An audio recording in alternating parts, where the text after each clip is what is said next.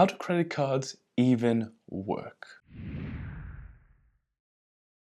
Hi, I'm Tom and welcome to my channel where we focus on all things related to personal finance delivered from a UK perspective. If you're new here and you're interested in joining me on a journey to improving your personal finances, then make sure you click subscribe and turn on notifications. Considering how many adverts constantly get bombarded at us regarding credit cards, most of us know surprisingly little about how they actually work. How are they different from a debit card? Why should you avoid making minimum payments? And are they good or bad for your credit rating? In this video, we're going to talk all about UK credit cards, what makes them good, what makes them bad, and how the hell interest works. Even if you already have a credit card, you might find this video useful.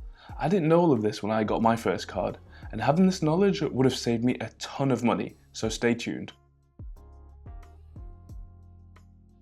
Let's start off by comparing a credit card to a debit card. Using a debit card means that you're spending your own money that you have sitting in your own bank account. On the other hand, using a credit card means that you're essentially borrowing money from the bank, usually at quite a high interest rate. This means that every purchase that you make with your credit card is made using the bank's money, not yours. And at the end of the month, you have to pay this money back to the bank plus interest. To summarize, using a debit card means that you're using your own money that you have in your bank account, whereas with a credit card, you're spending the bank's money, which you have to pay back at the end of the month, plus any interest. Now that we've seen what the difference is between credit and debit cards, I'll now go through and explain some terms that will help you better understand how credit cards work. Having a credit card doesn't mean that you can just borrow endless amounts of money. You'll be given what's called a credit limit. Now, there are many factors that will determine what credit limit your bank gives you, but one of the factors is your credit rating. Usually, the higher your credit rating, the higher your credit limit will be. For your first credit card, you'll probably have a credit limit of around £1,000, but this will vary from person to person. This limit of £1,000 is how much you're allowed to spend in total. You can spend it in 1 day, 1 month, or 5 years. It's completely up to you. You may already be familiar with what interest is, but essentially, the bank doesn't give money away for free. When you borrow money from the bank, as well as having to pay that money back, there is also an added cost, and this is called interest. For credit cards, this interest rate is also called APR. In other cases, like mortgages and loans, APR is a bit different because it does include fees, but for credit cards, APR is your interest rate. Same as with the credit limit, your card's APR will depend on your credit rating. So when you see your credit card advertised, you'll always see it advertised as representative APR. This means that you won't necessarily get that rate. The actual rate that you end up getting will depend on your credit rating. I'll explain how APR works in a little more detail later on. Let's imagine you have a brand new credit card. In the first month, you spend £1,000. At the end of the month, your bank will send you a statement that tells you how much money you owe them. That is, the money that you spent plus the interest. This is called your outstanding balance. At this point, you'll have to make a repayment and you'll have to choose how much you want to pay. You can choose to pay the outstanding balance in full. You can choose to pay part of the balance, say £50 or £500, or you can choose to pay the minimum that your bank requires. I'll speak more about these minimum payments later. Now, this is important. You should always pay your outstanding balance in full. This way, you won't be charged any interest. So even if your card has 20% APR, you'll only pay back the money you spent with 0 interest. Interest only applies if you only pay part of your balance. For example, if you make a minimum payment. Like I said, you don't necessarily have to pay back the full balance each month. The lowest amount that your bank requires you to pay back each month is called your minimum payments.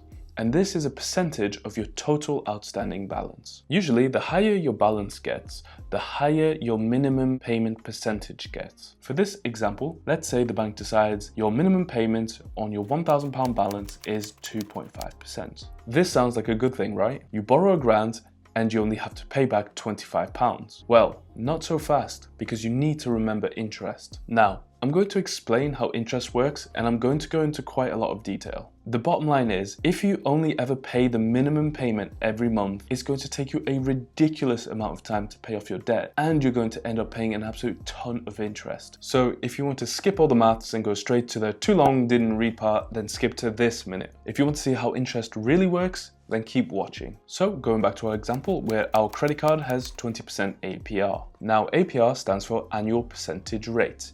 The key word is annual. So each day that goes by, your balance is increasing by 20% divided by 365. This is your daily rate. And in this case, it would be 0.0005%. Slightly rounded just to make this example a bit easier to understand. In a 30-day month, that's 0.015% interest. Now, if you spend £1,000 in month 1, your month 2 statement will show an outstanding balance of £1,000 plus interest, which in total is £1,015. At this point, if you choose to make the minimum payment of 2.5%, you'll be paying £25.38. This will leave £989.63 to carry over to month 3. The same will happen in month 3. Your balance of £989.63 plus your 0.015% of interest becomes £1,004.46. You'll then make a minimum payment of £25.12,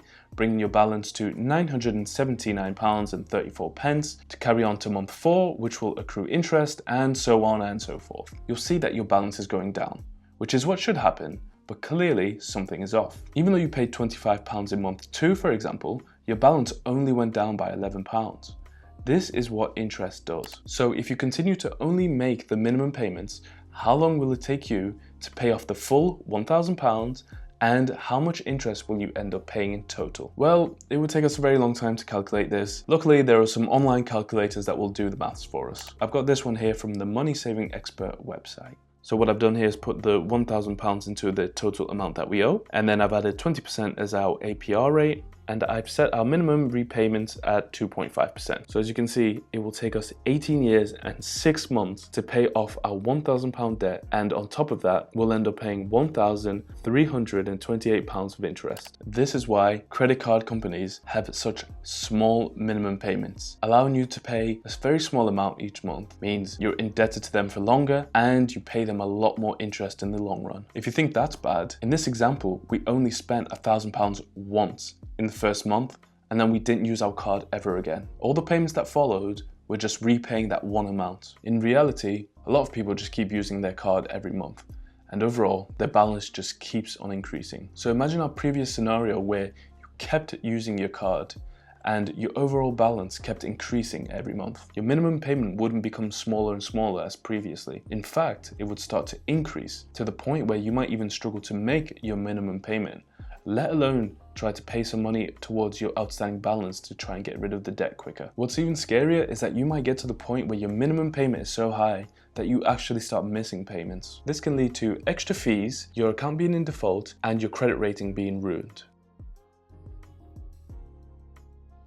So as we've seen, credit cards can be bad when not used correctly, but there are also some benefits of using credit cards. Let's have a look at some of them. While we've seen that mismanaging your credit card can be very damaging for your credit score, the opposite is also true. Having a credit card and paying it off in full every month shows potential lenders that you have a good control over your finances, and this can improve your credit rating. Let's talk about what protection you get when you use a credit card. Using a credit card on purchases of over £100 and less than £30,000 gives you protection from your credit card provider. This means that if you buy something from a company that goes bankrupt, you receive faulty goods, your airline cancels your flight and doesn't want to give you a refund, your provider will get you your money back. This protection is called Section 75, and I'll put a link down below to the MSC website if you would like to read more about it. Some credit cards offer perks such as cashback. Although the cashback is usually small, something like 0.5%, every little helps. Some credit cards give you points that you can cash in for flights and other products. And some cards are great to be used abroad because they don't charge you any foreign exchange fees. Credit cards can also be useful in some cases when we need a small loan,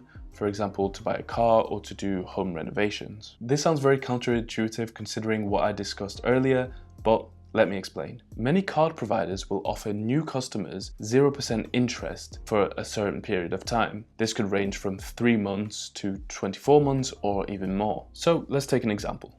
Say you wanted to buy a £3,000 car and you could finance it at 13.8% APR over 2 years. So you would make 24 monthly payments of £143, which in total means you would pay £3,432. it's clear to see that you would end up paying an extra £432 of interest. Now, let's say that you get a credit card with a £3,000 credit limit on a 0% interest-free deal for 24 months, and you use that to buy the car instead of getting the finance. You're still borrowing £3,000, but as long as you pay off the card in full before the 24 months is over, you won't have to pay any interest. The best way to do this is to spread the amount equally over the 24 months and pay via direct debit. In this case, you would only be paying £125 a month, and again, there would be no interest to pay. These 0% interest offers can also help you get out of existing debt. I'll be making a separate video to talk about this in a lot more detail very soon.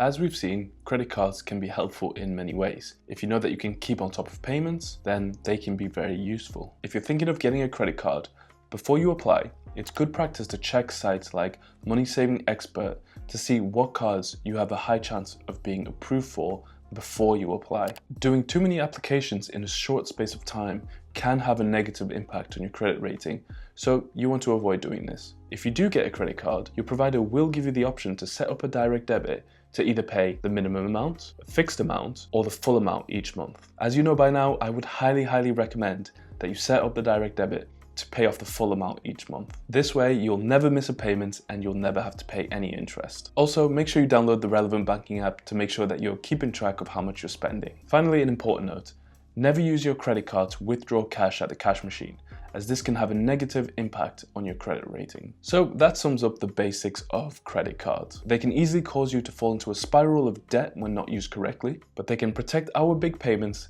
save us money, and improve our credit ratings when used correctly. If you feel like this video helped you learn about how credit cards work, then make sure you hit the like button. In the comments down below, let me know if you're thinking of applying for a credit card. Don't forget to subscribe. Thank you very much for watching, and I'll see you in the next video.